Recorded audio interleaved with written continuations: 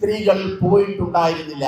പള്ളിയിൽ പോകുന്നതിന് കുഴപ്പമില്ല, ക്ഷേത്രത്തിൽ പോകുന്നതിന് സ്ത്രീകൾക്ക് വിലക്കുള്ളതുപോലെ നമ്മുടെ സുന്നി പള്ളികളിൽ പെണ്ണുങ്ങൾക്ക് പോയിക്കൂടാ എന്നൊന്നുമില്ലല്ലോ. നമുക്കറിയാമല്ലോ, പള്ളിയുടെ ഉദ്ഘാടനം നടക്കുന്ന സമയത്ത്, പുതിയ പള്ളി ഉണ്ടാക്കുന്ന സമയത്ത് നമ്മുടെ ആളുകൾ ആ പള്ളിയിൽ നമ്മുടെ സ്ത്രീകളെ കൂടി ഉൾക്കൊള്ളിച്ചുകൊണ്ട് പള്ളിയിൽ വലിയ ആഘോഷ പരിപാടികൾ നടത്താറുണ്ട്. അതിനൊന്നും കുഴപ്പമില്ല. പള്ളിയിൽ കയറിക്കൂടാ എന്ന ക്ഷേത്ര നിഷേധം പോലെ, പെണ്ണുങ്ങൾക്ക് നിഷേധം പോലെ അള്ളാഹുവിന്റെ പരിശുദ്ധമായ ദീനില്ല. പക്ഷേ ജുമുഅ ജമാഅത്തിനും പള്ളിയിൽ പോകേണ്ടതില്ല എന്നതാണ് വിശുദ്ധ ഇസ്ലാമിന്റെ തീർപ്പ്. അതുകൊണ്ട് തന്നെയാണ് 14 നൂറ്റാണ്ട് കാലഘട്ടം അള്ളാഹുവിന്റെ പരിശുദ്ധമായ ഈ പള്ളികളിൽ, നമ്മുടെ കേരളത്തിലുള്ള പള്ളികളിൽ മാലിക് ദീനാറും സംഘവും കടന്നു വന്നപ്പോൾ 6-7ഓളം വരുന്ന പള്ളികൾ അന്നത്തെ കാലഘട്ടത്തിൽ ഉണ്ടാക്കിയിട്ടുണ്ട്. ആ പള്ളികളിൽ ഉൾപ്പെടെ ഈ 1956 വരെയുള്ള കാലഘട്ടത്തിനിടയിൽ ഏതെങ്കിലും കേരളത്തിലെ ഒരു പള്ളിയിൽ മുസ്ലിം സ്ത്രീ പോയത് ചൂണ്ടിക്കാണിക്കാൻ ഇവിടുത്തെ ഒരാൾക്കും ചൂണ്ടിക്കാണിക്കാൻ സാധിക്കില്ല എന്നതാണ് യാഥാർത്ഥ്യം. ഇവിടുത്തെ വിദഗ്ധത്തിന്റെ കക്ഷികൾ തന്നെ പറയുന്നത്, ആദ്യമായി കേരളത്തിൽ പള്ളിയിൽ പെണ്ണുങ്ങൾ പോയത് 1956 അത് അരിക്കോടിനടുത്ത ഒതായി എന്ന് പറയുന്ന പ്രദേശത്ത് ഒരു ഫാത്തിമ കുട്ടിയാണ്, ഖദീജ കുട്ടിയാണ്, 2 പേരാണ് പോയത് എന്ന് അവർ തന്നെ അവകാശവാദം ഉന്നയിക്കപ്പെടുമ്പോൾ 14 നൂറ്റാണ്ട് കാലഘട്ടം കേരളീയ മുസ്ലിം ഉമ്മത്തിന് അന്യമായിരുന്ന ഒരു കാര്യം പുതിയ വാദങ്ങളുമായി കൊണ്ട് കടന്നു വരുമ്പോ അതിനെ പ്രതിരോധിക്കാതിരിക്കാൻ നമ്മെ സംബന്ധിച്ചിടത്തോളം സാധ്യമല്ല.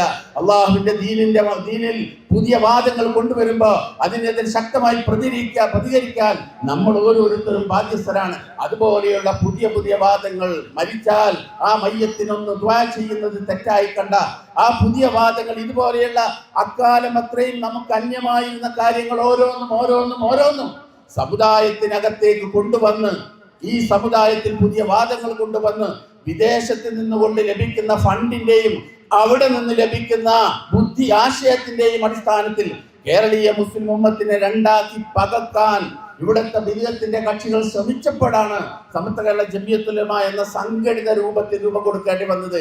സമസ്തയുടെ ആശയപരമായ പഴക്കം എത്ര എന്ന് ചോദിച്ചാൽ 15 നൂറ്റാണ്ടിന്റെ പഴക്കമുണ്ട് സമസ്തക്ക്. അള്ളാഹുവിന്റെ പ്രവാചകരുടെ കാലഘട്ടത്തിൽ ദീനെത്തിയ ആ ദീനിന്റെ സന്ദേശം യഥാവിധി ഇന്ന് ലോകത്ത് നിലനിൽക്കുന്ന അപൂർവം പ്രദേശങ്ങളിൽ ഒരു പ്രദേശമാണ് നമ്മുടെ കൊച്ചു മലയാളക്കര എന്ന് പറയപ്പെടുന്നത്. അതുകൊണ്ട് തന്നെ ആ ദീൻ ഇവിടെ നിലനിൽക്കണം. സമസ്തയുടെ പരമപ്രധാനമായ ഉത്തരവാദിത്തം എന്ന് പറയുന്നത്, ലക്ഷ്യമെന്ന് പറയുന്നത് അള്ളാഹുവിന്റെ ദീനിന്റെ സംരക്ഷണമാണ്. അത് അഹ്ലുസ് സുന്നത്ത് വൽ ജമാഅത്താണ്, സത്യമായ ദീൻ. അതുകൊണ്ട് തന്നെ ഏതു സമയത്തും നമ്മൾ സുന്നത്ത് ജമാഅത്ത് പറഞ്ഞുകൊണ്ടേയിരിക്കും. അതിൽ യാതൊരു വിട്ടുവീഴ്ചയും നമുക്ക് ചെയ്യാൻ കഴിയില്ല. സുന്നത്ത് ജമാഅത്ത് എക്കാലവും നമ്മൾ പറഞ്ഞുകൊണ്ടേയിരിക്കുന്നു. ഏതു ഭാഗത്ത് നിന്നുകൊണ്ട് ഏതു വിധത്തിലുള്ള ആക്ഷേപങ്ങൾ ഉണ്ടായാലും നമുക്ക് ഈ മേഖലയിൽ നിന്ന് പിന്മാറാൻ കഴിയില്ല. വിശ്വാസമാണ് പരമപ്രധാനം. ആ വിശ്വാസ സംരക്ഷണമാണ് വളരെ പ്രധാനമായിട്ടുള്ളത്. ഇവിടെ നമ്മുടെ സുന്നത്ത് ജമാഅത്തിനെ തകർക്കാനുള്ള ആസൂത്രിതമായ ശ്രമങ്ങൾ നടന്നുകൊണ്ടിരിക്കുന്ന സന്ദർഭം കൂടിയാണ് ഇത് എന്ന് സാന്ദർഭികമായി ഞാൻ സൂചിപ്പിക്കാൻ ആഗ്രഹിക്കുകയാണ്. സുന്നി വിശ്വാസ